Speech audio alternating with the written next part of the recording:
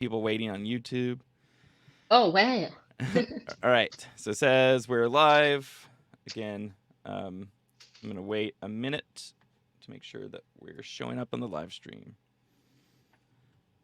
Hello, everyone. Hi. It's always great to hear if there's people watching already. Oh, yeah, I see people watching. If you want to update in the chat and let us know, I assume you can hear us. I'm hoping you can hear us and see us. And it's always fun while we're waiting to hear where people are watching from. So we're going to wait just a minute before we start really getting into the conversation. If you want to post in the comments where you're watching from and maybe if why you're interested in data-centric AI.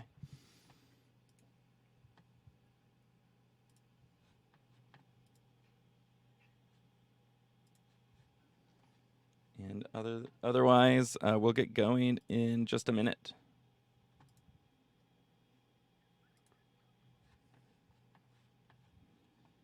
All right, I'm going to do a quick intro while people are probably still joining, and then we'll get in the conversation. Oh, someone posted, watching from San Francisco. Awesome, welcome. Excited to have you here. I think I've seen you at some of the other events as well. All right, so I'll start the intros now. My name is Sage Elliott. I'll be the host for today's Robust and Responsible AI event. And if you haven't been here before, we're a community of AI and machine learning practitioners, researchers, designers, basically anyone in the data and ML field. And we're a cool community that we do a lot of events around bringing guests on and talking about those different subjects. You can think of this event kind of as a live podcast. We do other ones as well, including like workshops and webinars, where I'll be interviewing a guest starting with a specific topic, and then we should have some time for questions at the end. But also, I encourage you during the event to post any questions just in the chat, even if we don't see them quite right away. And if you'd like to come on for an event and do something similar, definitely let me know in the Slack. The Slack links in the description. I think most of the stuff we'll probably bring up, or that we know we're going to bring up, is in the event description. So if you want to join upcoming events or join the Slack channels or check out any of the companies that we might mention, the event description probably has links to those. And today we have our guest, Magdalena, with us to explain data-centric AI. And before we get into the topic, could you introduce yourself and tell us a little bit about your background? Yeah, sure. Thank you for the introduction, Sage, and thank you all guys for coming. So my name is Magda, and I work as a data evangelist at Toloka. And because I listened to your previous interviews, I think I'm going to be a contradiction here. My background is actually a bit of from data science from the beginning. So I started by studying AI at Edinburgh University. So this was in 2008, 2013. So after this, when I graduated in 2013, there was not the AI field or data science field was not as hot yet. So I took a job as a Java developer. I was on a grad program at JP Morgan, and I wanted to work in investment banking. Well, but then obviously one day I thought, I've studied AI. This is what I want to do, and I managed to get a job as an NLP engineer at Quartus Studios. It was a small startup in London, and this is funny to mention here because this is actually before even TensorFlow was released. So I remember being on my job, and we were like watching, and when the first API was released, we were looking like what's happening there. So the funny thing, it was before that time even. And then I worked. Then I worked remotely. So I started my remote career way before pandemia as a data scientist for a small startup called Exec Vision. We were analyzing sales calls, so a lot of speech processing and NLP data. So you can think about stuff as sentiment analysis, diarization of the calls, stuff like this. And then this is when I started to transitioning into more what I do now. I started freelancing a bit and started teaching and mentoring data science. So I taught for a while at the bootcamp. I really, really enjoyed it. And this is why I started my blog on Medium, which I don't know how but got some views. So I continued. And this is actually how I slowly transitioned to this data evangelist role. It's been 1 year now. I'm working with Toloka in this position. So, and we're going to talk maybe a bit more about what I do at Toloka later on as well.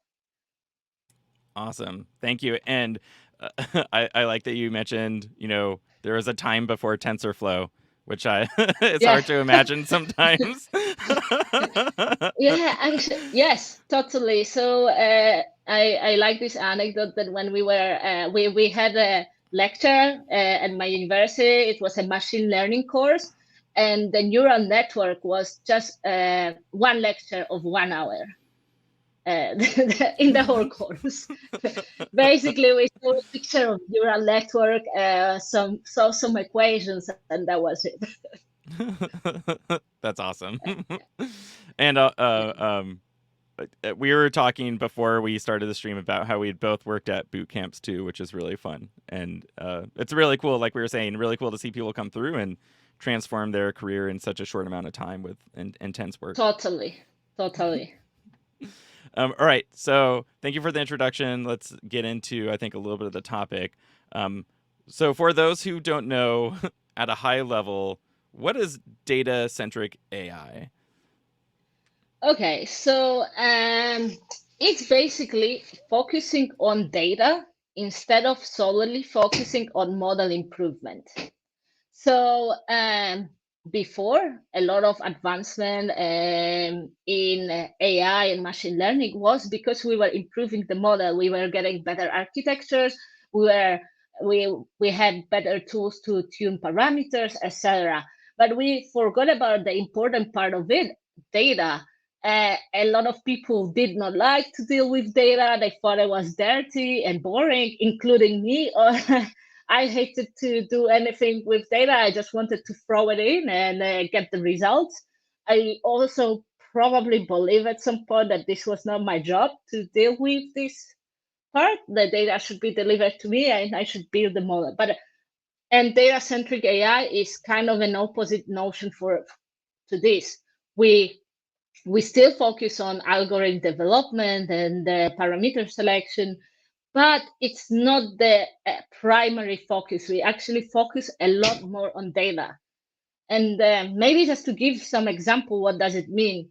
So, for example, data quality in this case matters more than data quantity. We prefer to have less data, but properly labeled, than tons of data, but with mislabeled cases. So this means that what can you do when you have this data-centric approach? You can, for example, fix mislabeled data. You can annotate some edge cases. You can augment the current data sets. So this is actually that we've been doing it for a while in computer vision, maybe not in other other industries so much. And there is also another notion that comes here. For example, when we used to talk about model quality, it's a notion that someone knows. Now the new notion comes, which is data set quality. Probably some of you even though didn't hear about it. And how do we measure data set quality?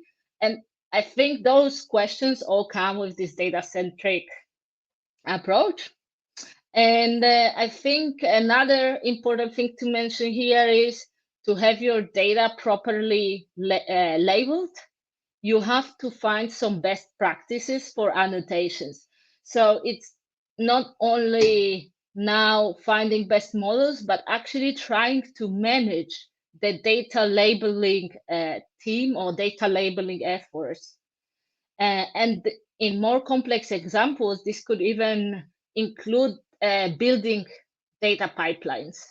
So if you have a complex process of your annotation, that wants to be scalable and repeatable, you need to build the pipeline. The same as you have machine learning pipeline, you would have a data pipeline. And I believe this comes with this data-centric approach.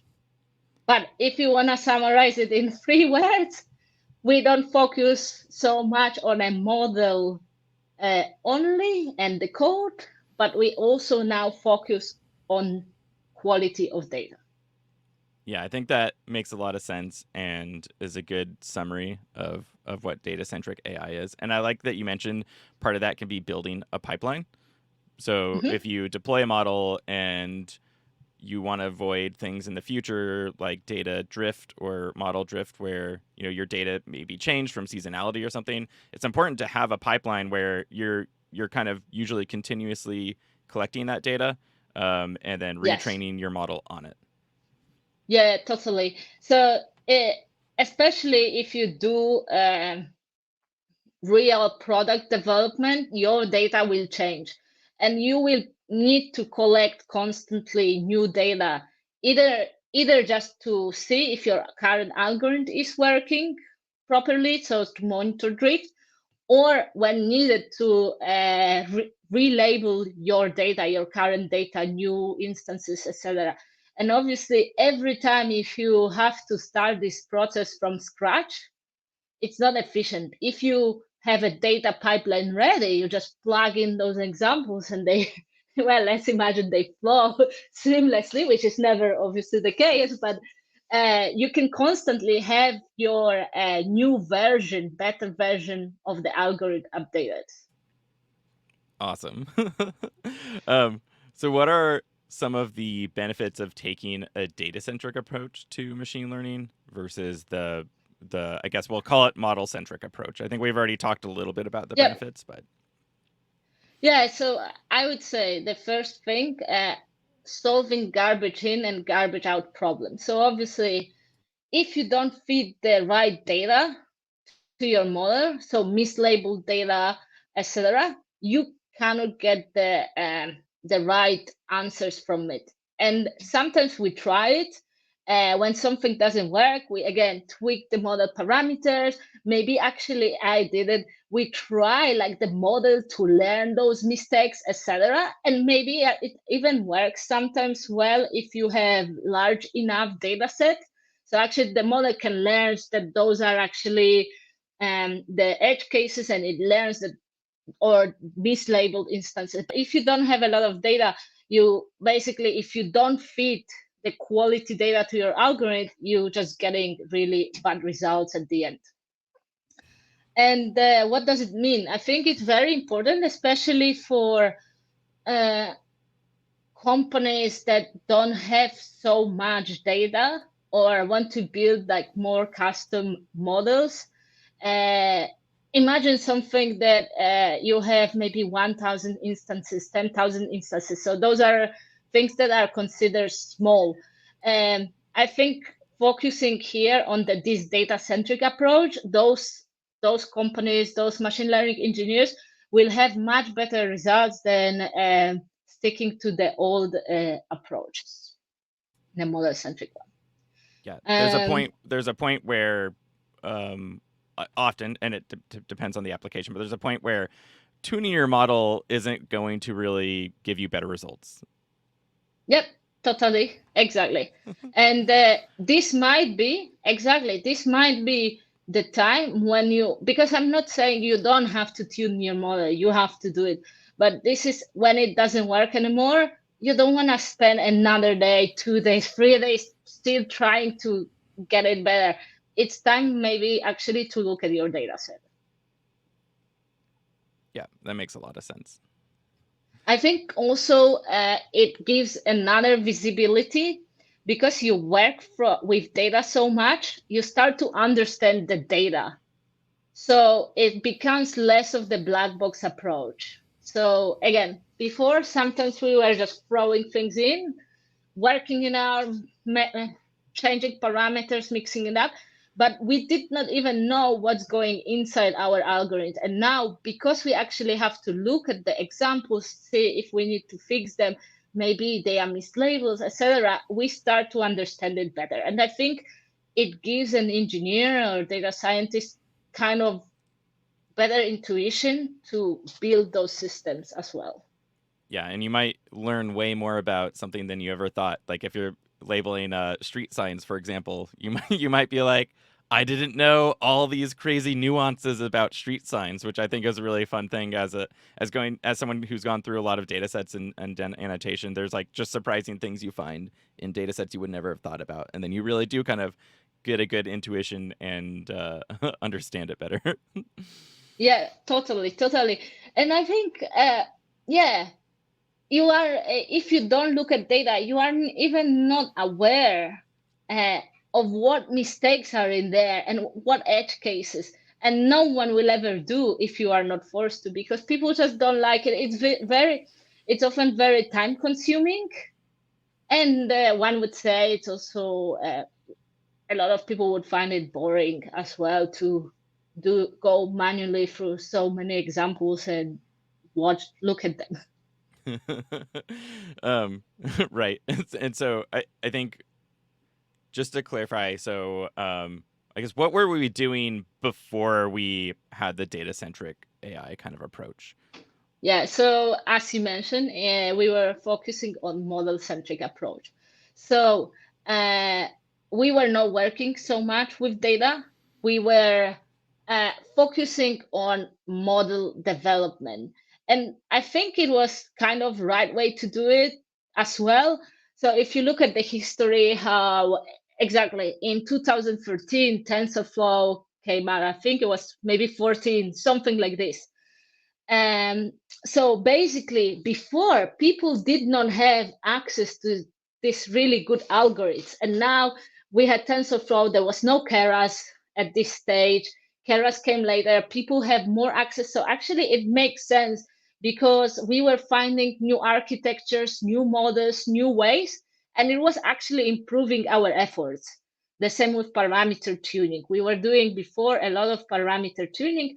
For those who don't know what those are, just to maybe if people don't know, machine learning models usually require to have some parameters, and we need to set the right numbers for them.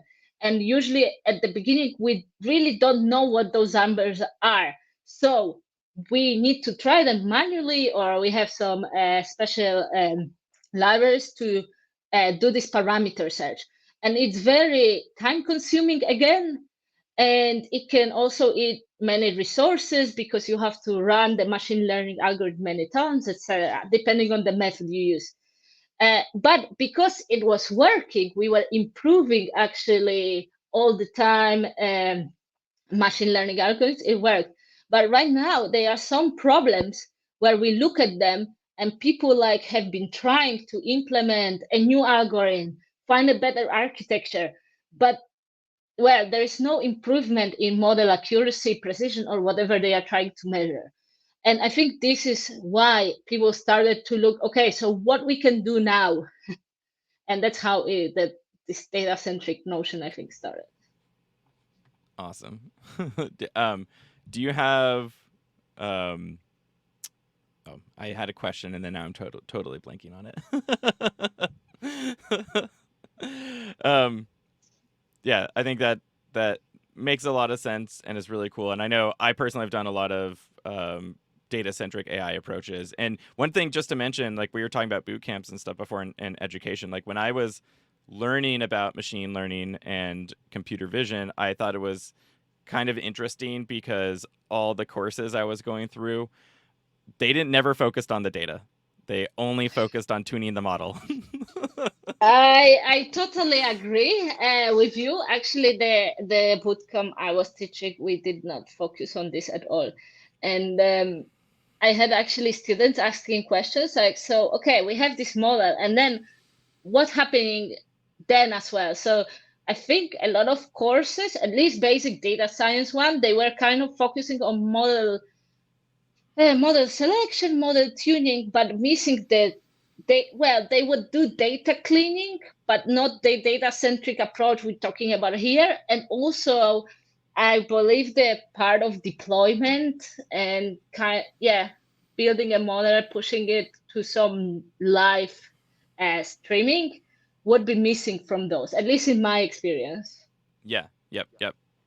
Yeah. And I used to teach some classes on computer vision, and one thing I would do is like instead of just focusing on the model, actually talk a lot about the data process. And I would hear from over and over again from like university students about like, oh, this is amazing. This is exactly what I was looking for because you can learn how to tune the model, but if you don't know how to build your data set or look for those edge cases, you're not that you can't go far, but you're going to have to do that at some point, I think, when you're making models for real world applications. Yeah, totally, totally. So, guys, I think if anybody's from the bootcamp, I think this is something you have to introduce for your students as well. Yeah. Has anyone in the audience done a lot of data annotation before? Definitely let us know in a comment on the stream. That Well, would be so people. interesting to know. Oh yeah, it'll be really fun to hear. And if you have any fun stories about it, feel free to share it in the comments as well.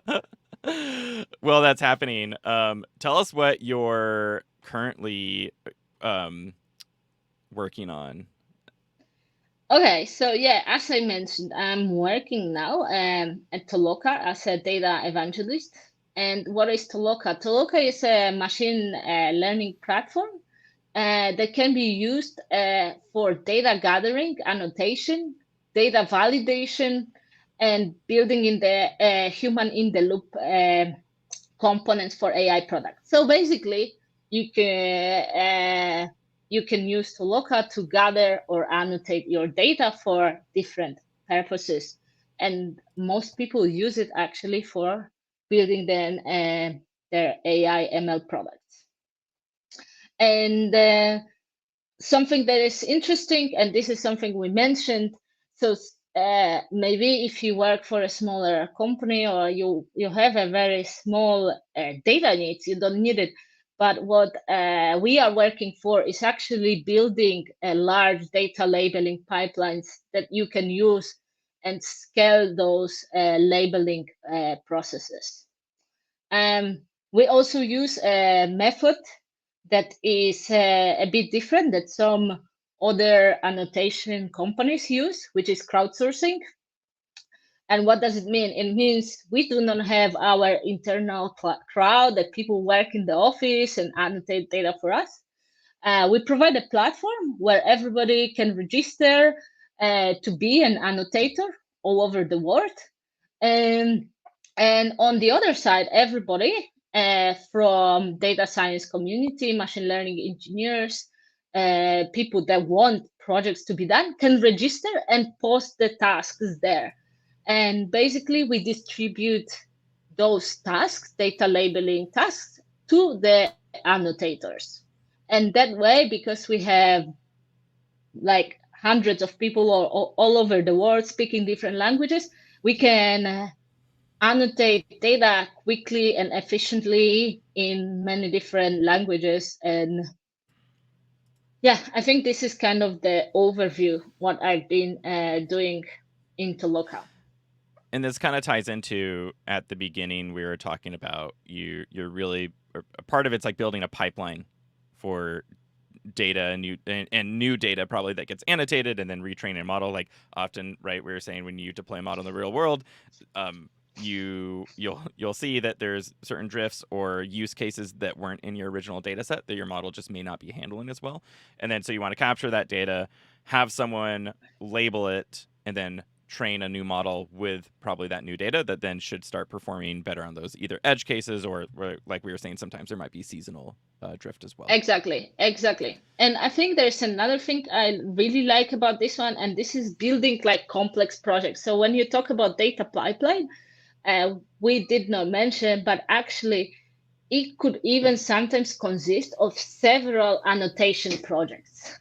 So just to give you an example here, imagine you want to you're working for a self-driving car industry, and you want to annotate your data with things on the road. So let's say traffic lights, and you think maybe you need one project, but actually, usually how we set it up, you need several annotation projects in order to complete the task. And what we usually do there is we have first project where we actually validate if the photo even has an object we are talking about.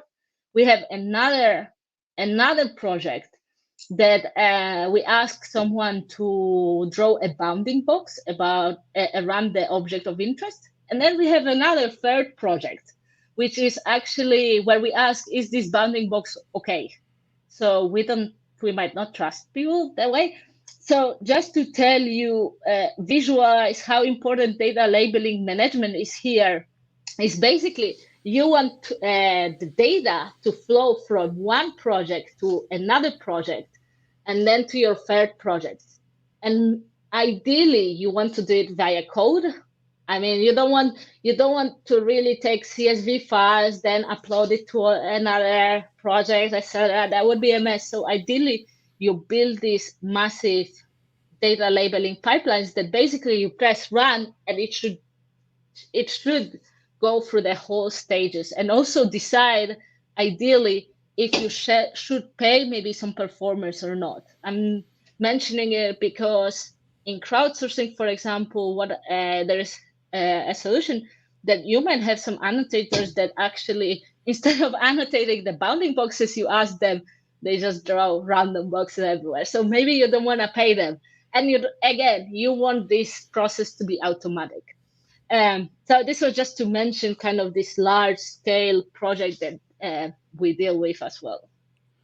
Yeah, I like the data annotation is a really complex process, especially when you're involving, usually it's not one person. Like if you're doing a hobby project, maybe it's just you labeling hundreds of objects, but usually projects are much more complex than that, and it's hard to ensure that everything is done correctly.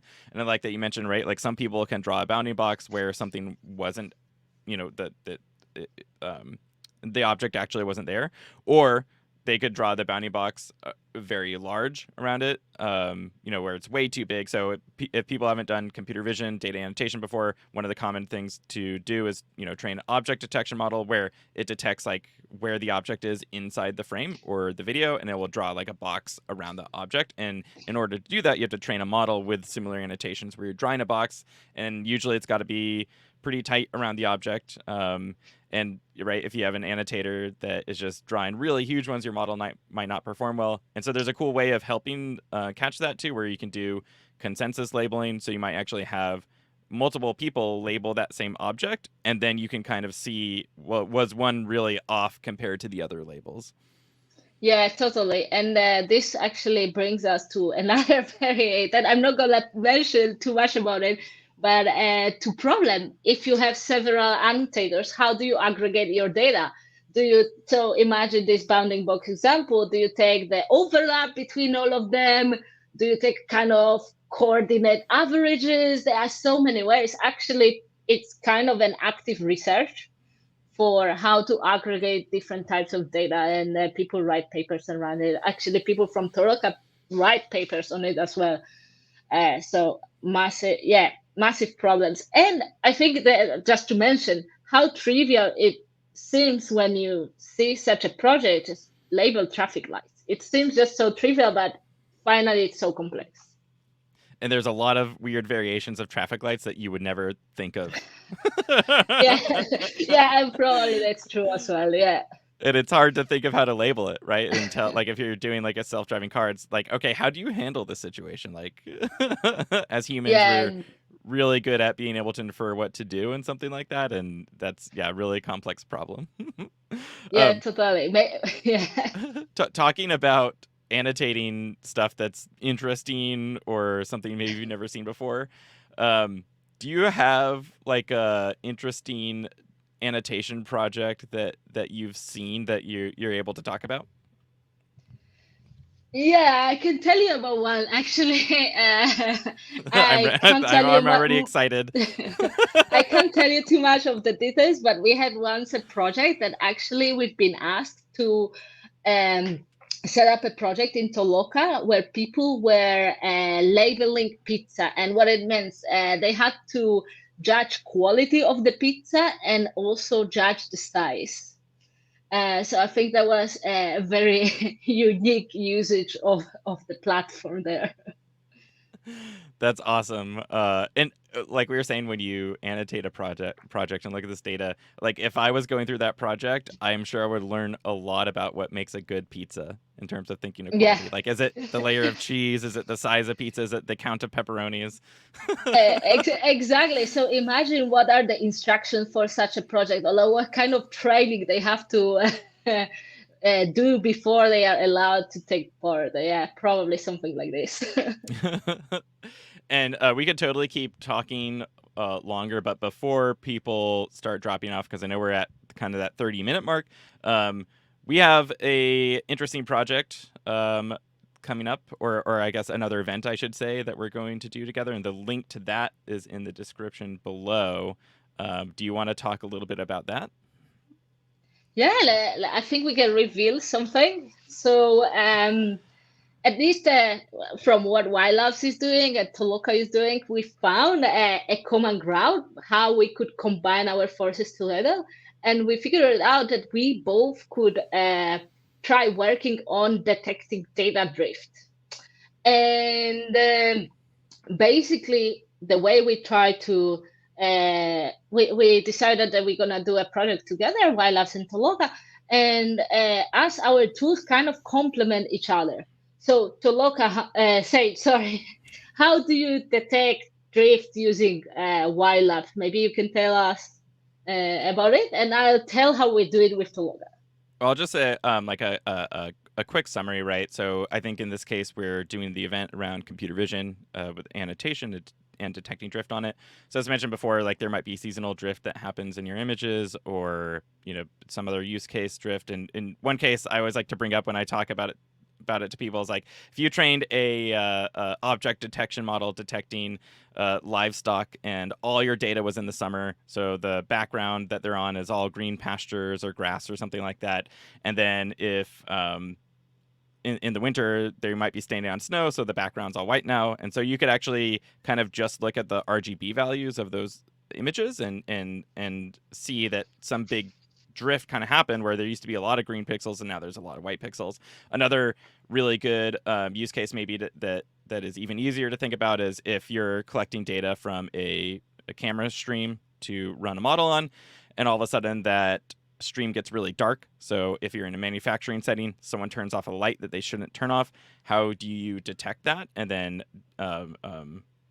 trigger some sort of alert? In this case, it wouldn't really be for the relabeling, but that's another example of like how you could detect drift. So in Y Labs, which is where I work, you can monitor kind of all those different data inputs, and then when you see a major shift or some sort of drift in values, trigger an alert. Okay, yeah, that sounds good, and this is exactly why we can work together. So basically, you can alert that drift is happening, but you actually might not be certain if you need to retrain your model. So the good idea to validate it would be to validate this concept even further is to send this to real human labelers. So this is what you can do to Loka, and this is what we have been working on together. And I think we won't reveal anything more here because we will have an event about it. Yeah, It's on in a month or so. yeah, it's on I September believe. 28th at 9 a.m. Pacific time. So the event is in the description below if you want to sign up for that. And then yeah, I'm excited. That'll be really fun to do. Yeah, yeah, that's yeah, me too. For anyone watching, I think I asked this before, but well, does anyone have any fun data annotation stories? Even something like we were saying, labeling pizza. That's like a something just funny that you like don't always think about when you're building these models. And again, we're kind of over the 30-minute mark. Do you have anything else you want to bring up and talk about? Did anybody comment on funny annotation? No. I didn't see anything came in. That's okay. So I just wanted to throw in at the end that guys, if you need to get some data annotated, I'm happy. The first person that will speak to me, you can connect with me or LinkedIn. basically I can help you to set up your own project and basically walk you through all the steps. So, but this is the first person that will come to me after this event. That's a great value. Yeah. So yeah, normally I'm not so hands-on with all these projects, but this one I would be really involved. That's really cool, and I would definitely take her up on that if you have any data annotation projects, especially if it's something you haven't done a lot of before. You can learn a lot just by talking to someone who's kind of been in the data annotation world. Yeah. And to connect with you, I know I have links to your Twitter and LinkedIn and your Medium in the description. So if anyone wants to stay connected, go there. You're also in our Slack channel, which is also in the description. So if you go to the Robust and Responsible AI Slack channel, one, you can connect with other members there, including me. And then also, I know you're in that Slack channel as well. So do you have a place that you'd prefer people to reach out to you on? Actually, yeah, I forgot to mention, I think our Toloka Slack channel is in there as well. So if you want to know more about annotation, you can go there. And actually, the best way to contact me would be through this channel.